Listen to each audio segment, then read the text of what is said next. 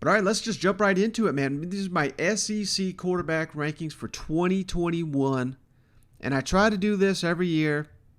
People lose their minds. They don't understand what I'm saying here.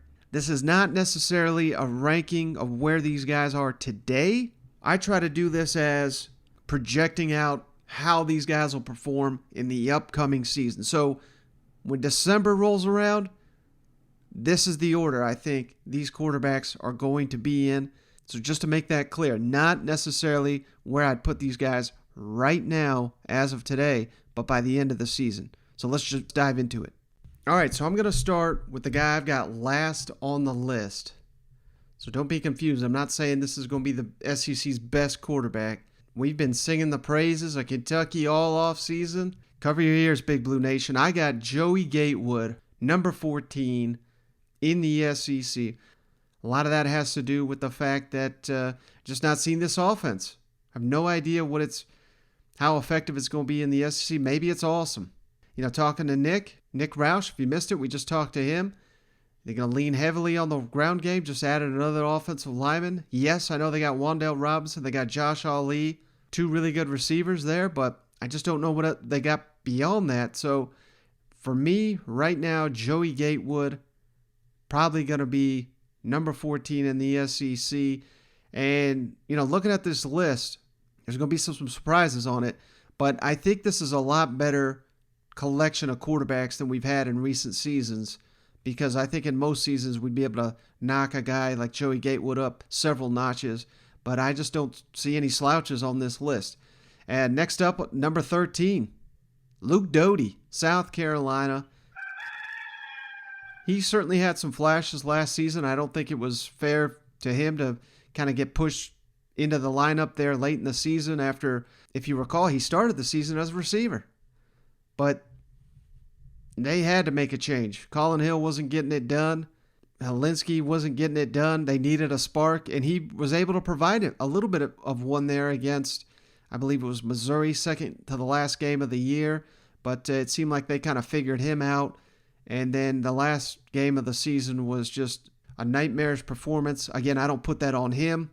Hell, the coach had already been fired. It was a lame duck. Mike Bobo was there as the interim coach. Now we got a new offensive system. But similar to Joey Gatewood, I don't know how much we can trust Luke Doty's arm, and I don't know if he's got the weapons around him to consistently showcase that in the SEC. Maybe in the non-conference he could really have a field day in this Marcus Satterfield offense, potentially. But right now, I got Luke Doty as a big question mark there in Columbia, and I think that's the only fair ranking, but he's got real potential to move up this list should this South Carolina offense click and should some of these receivers emerge for the Gamecocks this year. Now right here, this is probably going to be a stunner. Most people got this guy in the top 4, but I'm not quite seeing it yet. Number 12 on the list, Connor Bazelak, Missouri. He's got a lot of room to improve. I know he's incredibly accurate, but when you got your coach out here saying, we didn't really trust him in the red zone, and Drinkowitz puts that on himself, and maybe that's just part of being a young quarterback in the SEC, playing an all SEC slate, but he's such a young guy. He's got 3 years left to play. He'll make strides, but again, this is what I'm talking about with these SEC quarterbacks. Man, it's tough to put a guy like Connor Bazelak so low on this list.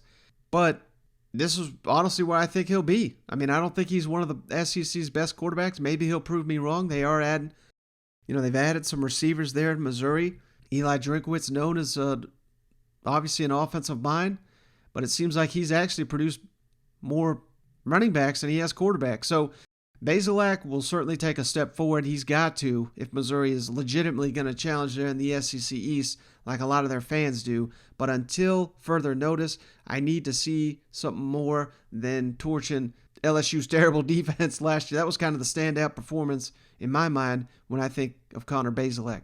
All right, number 11 on my list, Vanderbilt's Ken Seals. Now again, I think this showcases the depth of the SEC this year at the quarterback position because he's got some weapons to work with, but not a lot there in Nashville. Clearly a rebuild there.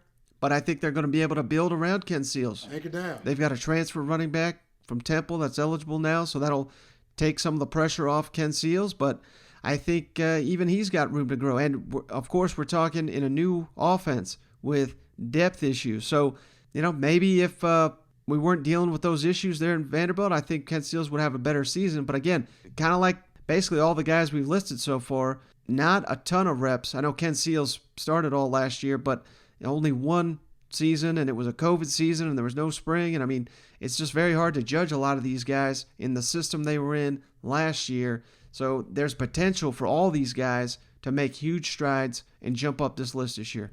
Number 10 on my list, Bo Nix. War damn eagle. That's probably going to be the most controversial one. A lot of people probably have Bo last, but he's just such a tough one to evaluate because he's a monster when he runs. He's incredibly tough to tackle. Go back and watch that Texas A&M game. He has a superhuman type touchdown, and then he also has a wide open guy for a touchdown, and he overthrows it by 10 yards.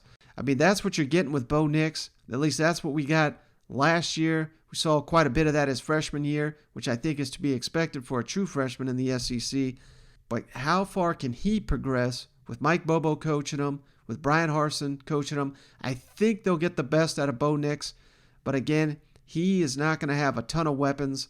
I know they just got Demetrius Robertson, but he's not necessarily a game breaker, even though he does have elite speed. And Auburn does have a lot of talent at that receiver position, but most of it's inexperience. So he'll have Tank Bigsby to rely on. I think they'll be heavy on the run game there at Auburn, heavy in the play action game, and rolling Bo Nix out. I think that'll help him have his best year to date as an Auburn Tiger. All right, number 9 on the list. Honestly, probably could have put a couple of names here. This was a difficult one, but I'm saying Harrison Bailey. And I got no idea if he's even going to be the starting quarterback.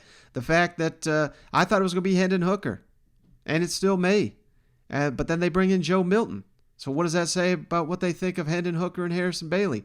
Not much confidence there. It certainly seems like from Josh Heupel in what he had to work with in the spring. Now, those guys could certainly take strides in the summer and in training camp, but this is more of a grade of Harrison Bailey's talent that I know he has throwing the football, and combining that with Josh Heupel's track record of developing quarterbacks and getting the most out of them. So I think even if it is Harrison Bailey and he has his ups and downs like he had last season, I think he'll be far more productive than we saw in the Jim Chaney offense with Josh Heupel calling the shots. And I think at the end of the day, they may go with the guy that's more talented. And, let's not forget this guy was a high school All-American, won not only the Georgia State Championship, but they won, they have like a weird national championship now, and I had no idea they were even doing that. But Harrison Bailey led his team to that. So he's a very talented player. I think he's a leader that the team will rally around here, and I think he's going to put up big numbers this year for the Vols. All right, number 8 on the list. I think this guy's going to be one of the most improved players in the entire SEC. I'm going Will Rogers, Mississippi State. Second year in the Mike Leach system. Got forced into action. Remember, it was KJ Costello lighting the world on fire, and then he got hurt, got dinged up. Rogers was dealing with some stuff early in the season, and same deals. A lot of these guys, no training camp, no spring camp, obviously, when he got into campus. So Will Rogers, I think, is the perfect quarterback for the Mike Leach system. It's just last year was such a disaster, particularly on the offensive line for Mississippi State. They never really got to showcase it. But they started to figure it out towards the tail end of the season. They had 2 young running backs that emerged. They had a number of receivers that really started to be playmakers for Mississippi State. And those guys are all back. So I think Will Rogers, combined with the weapons he's got around him, as long as the offensive line progresses there in Starkville, which is the key to the whole thing, because they were god-awful last year. If they come together, I think Will Rogers is going to put up some video game numbers this year and be one of the most improved players in the SEC. All right, number 7 on the list. This guy's tough to peg. Not a huge fan of him personally, just based on what I've seen, but it's his time to shine. Emory Jones, number 7. Dan Mullen's latest quarterback. this is kind of a vote of confidence more than anything on Dan Mullen. We know Emory Jones is an elite runner, and they've been praising his arm, but I've yet to really see that in action on the field consistently in the SEC. So had I seen that, maybe I put Emory Jones a little bit higher. But I think Florida's going to rely on the ground game. Certainly, I'm sitting here putting Emory Jones number 7, so he's not going to be a bad player. He's not going to be a liability by any means, I don't think. But I think he's one that could slide down. But at the same time, if he makes that huge jump, if he's the next great quarterback for Dan Mullen, hell, maybe he's near the top of this list. So that's kind of why I'm saying it's so hard for me to place him. I'm putting him right there in the middle. He's got the potential, he's got the talent, and he's got the team around him. One thing that could potentially hurt him is the fact that Florida's lost so many great receivers this offseason, but they're going to have a ton of running backs, and I think it's going to be more ground and pound there in Gainesville this season. All right, number 6, this is a complete wild card. I'm putting my faith in Jimbo Fisher to develop Hayes King, number 6 on the list.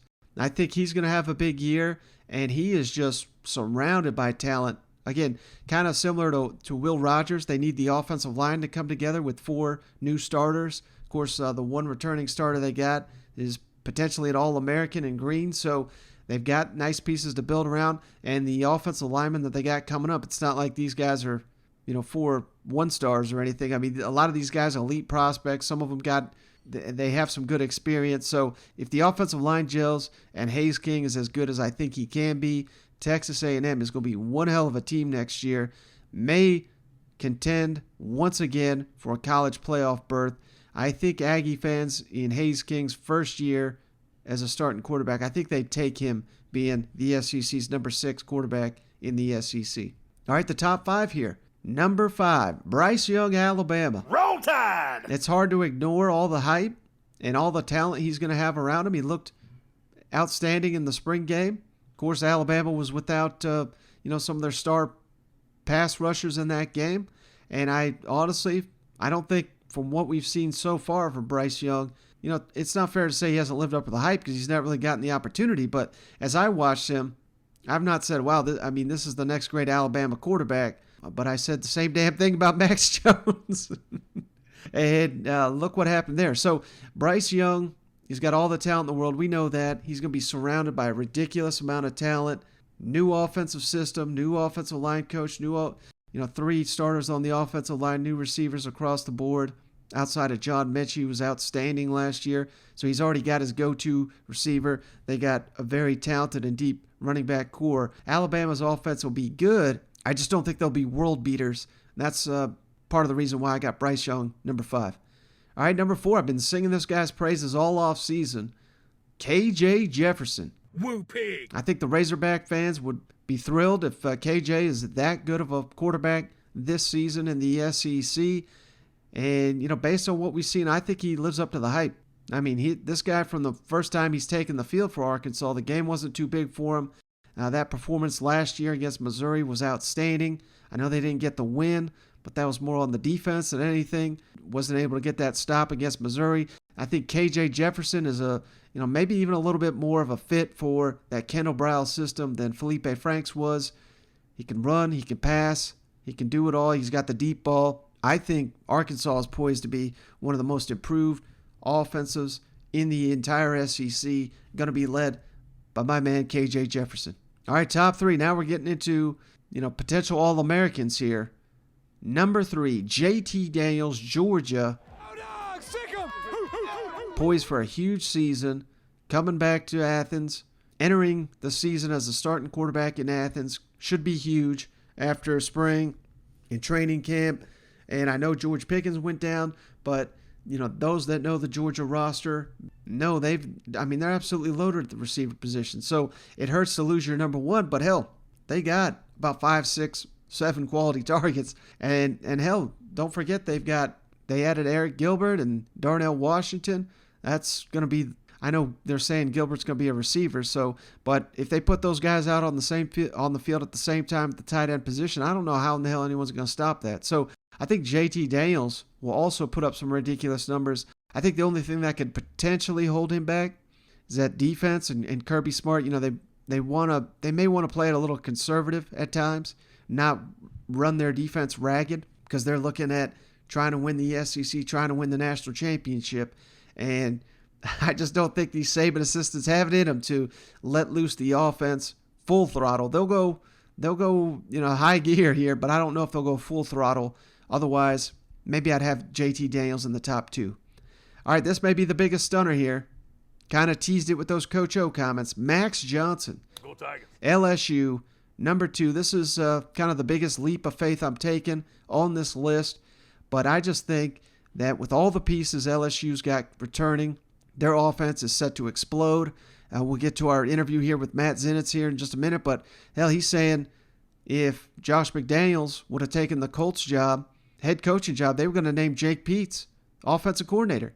So, we got a quality offensive coordinator here. We're running the Joe Brady system. And it's not only Peetz, but they're bringing back DJ Mangus, the passing game coordinator. They brought back Jorge Munoz, who was an analyst under Joe Brady, who Joe Burrow's out there. When he was winning his Heisman, he's credited Munoz for helping him all season. This is the type of thing Max Johnson's got in his corner this year. With all the weapons they got, I think Max Johnson is going to put up some insane numbers. He's got huge breakout potential, in my opinion. And then, of course, number 1, the only guy I've not mentioned here, Matt Corral, Ole Miss. Ole Miss. He's going to be ridiculous this year. I was a little worried. Elijah Moore off to the NFL. He was so damn good last year. And then here they go and add Jalen Knox. And that's not to necessarily compare Jalen Knox to Elijah Moore, but he fits that role there in Oxford that they'll be missing. And essentially everyone else is back. So I think in year 2, under Jeff Lebby, under Lane Kiffin, going into this system, Matt Corral be more comfortable. And my God, if I got to face Ole Miss this year, I'm scared to death if I'm an SEC defensive coordinator, because they are just going to absolutely light up the scoreboard. Matt Corral is going to be the SEC's best quarterback. Now that I put my SEC quarterback rankings out there, I'm sure we'll have no disagreements on the social media. We'll put that graphic out, and I'll make sure to tag Shane on it just so that you guys know that he's still kicking out there.